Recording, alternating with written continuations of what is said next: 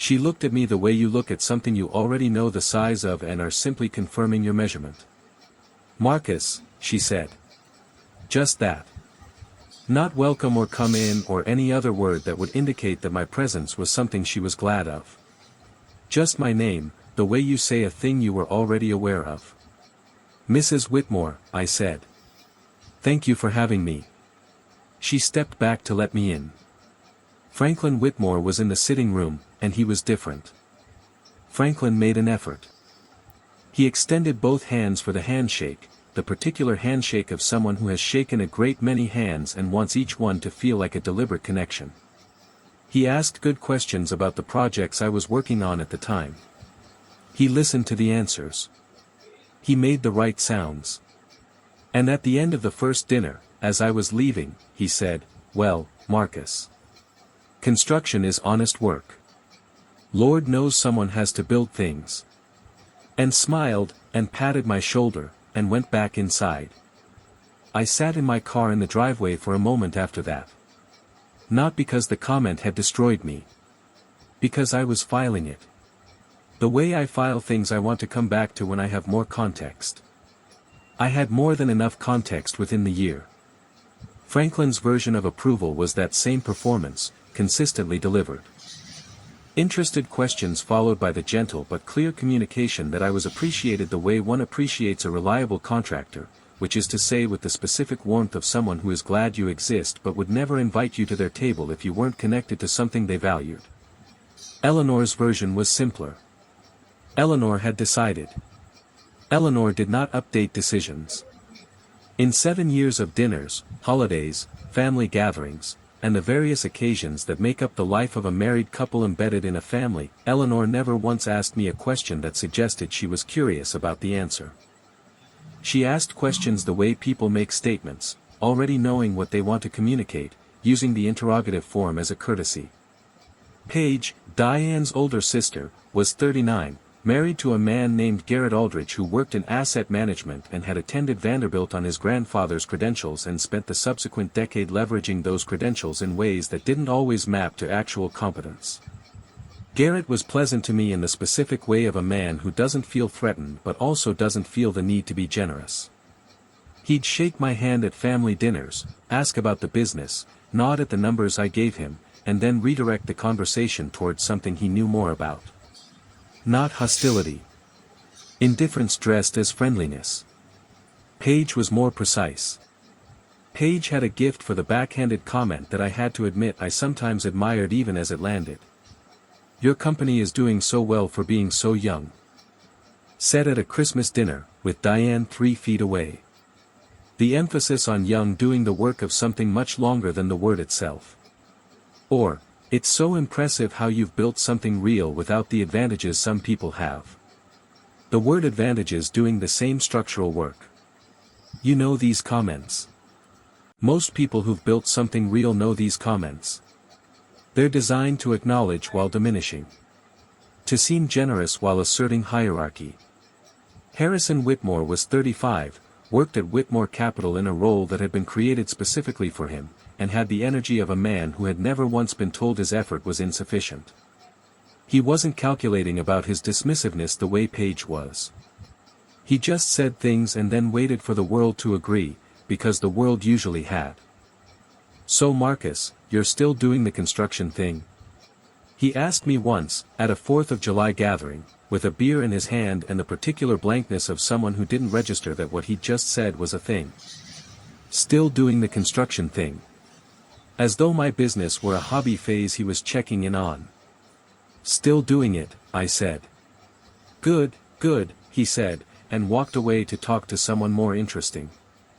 Roberta Crane was Eleanor's older sister, based in Memphis, who came to Nashville for holidays and significant occasions, and who had the specific talent of the lifelong matriarch for locating the person at any table who was most uncertain of their welcome and making sure that uncertainty was confirmed. She never said anything cruel, not overtly. She said things precisely. She said things that required you to do the work of understanding they were cruel, which is, I've found, how the most practiced people in this particular discipline operate. They never give you a clean target.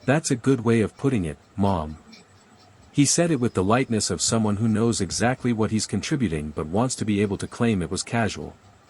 Paige said nothing. She was watching me with the attention of someone who came prepared for a particular scene and wants to see whether it plays the way she expected. Franklin cleared his throat.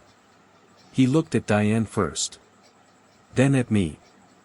The both hands handshake quality was in his voice as well as his expression, the warm professional veneer he had perfected across decades of wealth management client dinners.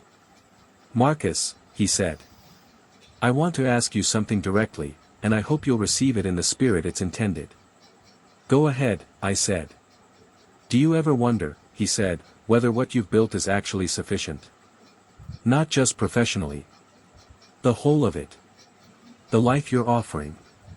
Do you sit with the question of whether a man who comes from where you come from can build the kind of foundation that a family like ours, that a woman like Diane, actually requires? I looked at my wife. She was looking at the ivory roses in the center of the table. The ones I had selected. The ones she had once said were her favorite. She was looking at them as though she had never seen them before in her life and had no particular feelings about them. The silence lasted exactly as long as it needed to in order for everyone to understand what was happening. And then Roberta stood up. Slowly. With ceremony.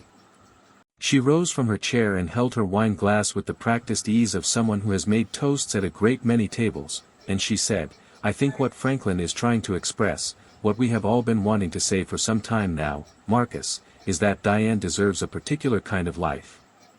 A specific foundation. And we all respect the effort you've made. Genuinely. But respecting effort is not the same as believing that effort has produced what our family requires. And then Paige stood. And then Harrison. And then Eleanor, slowly, with the specific dignity of someone who has waited for this moment and believes she is doing something necessary. And then Franklin, last, rising with the deliberate weight of a patriarch who has decided. All 5 of them. Standing around the anniversary dinner table I had planned and paid for. 5 people standing above me in a room I had reserved 4 months ago with the intention of celebrating 7 years of a life I had built with everything I had. Diane stayed in her chair. She was still looking at the roses. I sat there. And I thought about a very specific thing. I thought about being 22 years old, sitting in the cab of a borrowed truck on a piece of land in the Tennessee mountains, before I had any idea what I was going to build or whether it would work. Just a kid from Murfreesboro with $9,000 and an engineering degree and the absolute unshakable belief that the quality of what you build is determined entirely by the honesty with which you account for every element of it. I thought about that kid. And then the waiter spoke. He said, "Excuse me." His voice was even. Not aggressive. Not performative. The voice of someone who has made a clear-eyed decision and is executing it with the calm of a person who knows what's true and has decided that true things are worth saying. Everyone turned to look at him. "I'm sorry to interrupt," he said, not sounding like he was. "I need to say one thing, and then I'll get back to work and you won't hear from me again." He paused. "Mr. Calloway. My name is Devin Reyes. My brother Marcus works on your Germantown project. Site foreman. He started with your company 2 years ago when he was coming off the hardest stretch of his life and you hired him when nobody else would look past his resume gap." The room was completely still. "He talks about your company all the time," Devin said. "He talks about you. He tells me you show up to the job site at 6:30 in the morning and you know every single worker's first name. He tells me when a project hits a rough patch and cash flow gets tight, you've covered payroll out of your own pocket so nobody goes home without their check. He tells me you've never asked your crew to do something you weren't willing to do yourself on the floor next to them." Devin set down the water pitcher he'd been holding and stood straight. "I recognized you when you walked in tonight, because I've been looking at a photo of you on my brother's phone for 2 years. He calls you the reason he got his life back together." Devin looked around the table. At the 5 people still standing. At Diane, still seated. "I thought," he said, "that someone at this table should know that about the man sitting here."